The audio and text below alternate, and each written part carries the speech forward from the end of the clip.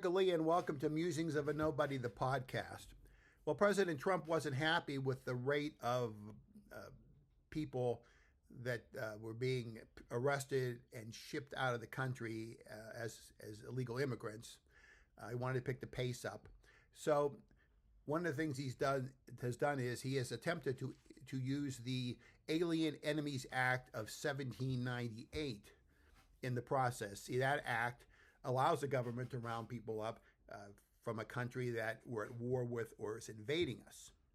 So Trump, they rounded up hundreds of Venezuelan immigrants claiming they're members of gangs, and they want to ship them off to El Salvador, where they can stay in one of those really nice El Salvador prisons for God knows how long. The problem is there was no due process in this. They did not have any due process to determine if these folks were actually gang members or whether they committed any crimes here in the United States.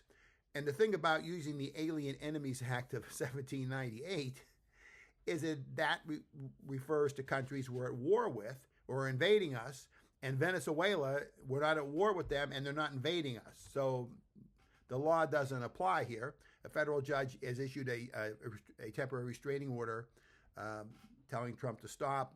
They're not happy about it. MAGA world is calling for the judge to be impeached because that's what you do now. When you don't like what the court says, you yell, impeach, impeach, impeach. So we don't know how ugly this is going to get, but we'll have to see. Now, before we all jump on the let's throw them out of the country bandwagon, and we're talking, remember, about 11 or 12 million people here, let's look at some, I think, fairly significant data about immigrants. About 11 million undocumented immigrants are in this country. Immigrants are about 3/4 of our country's agricultural workers, and about half of them are undocumented. Undocumented immigrants play a large role in food processing. They make up about 30 to 50% of workers in meatpacking.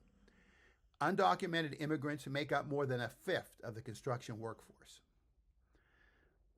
There are about 8.3 million U.S. workers in 2022 that were undocumented immigrants.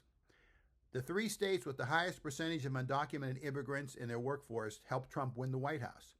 There were Nevada with 9%, Texas 8%, and Florida 8%. What about taxes? People like to call these folks freeloaders. Undocumented immigrants paid $96.7 billion in federal, state, and local taxes in 2022.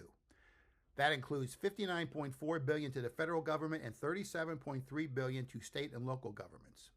Undocumented immigrants paid $25.7 billion in Social Security taxes, $6.4 billion in Medicare taxes, and $1.8 billion in unemployment insurance taxes, programs they can't even access.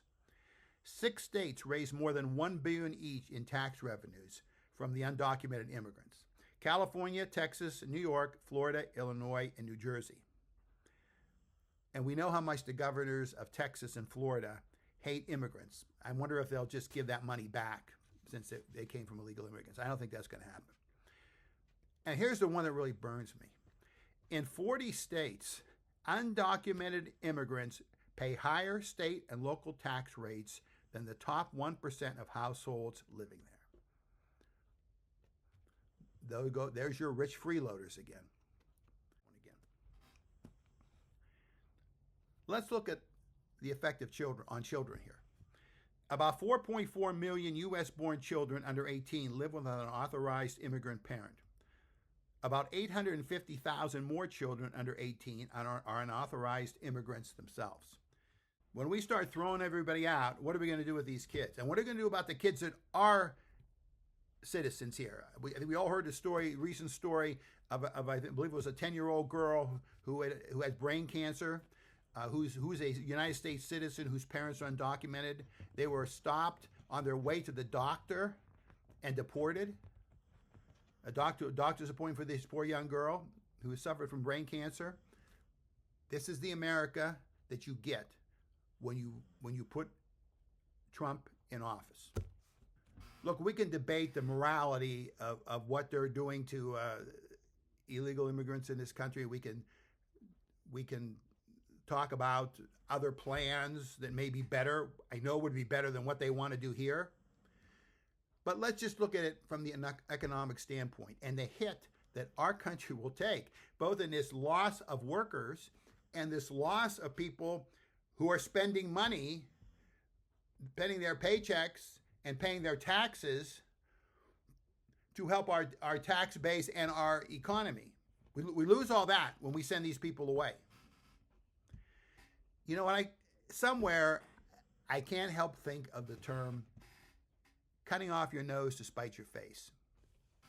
That's what this sure looks like to me. Thanks for listening.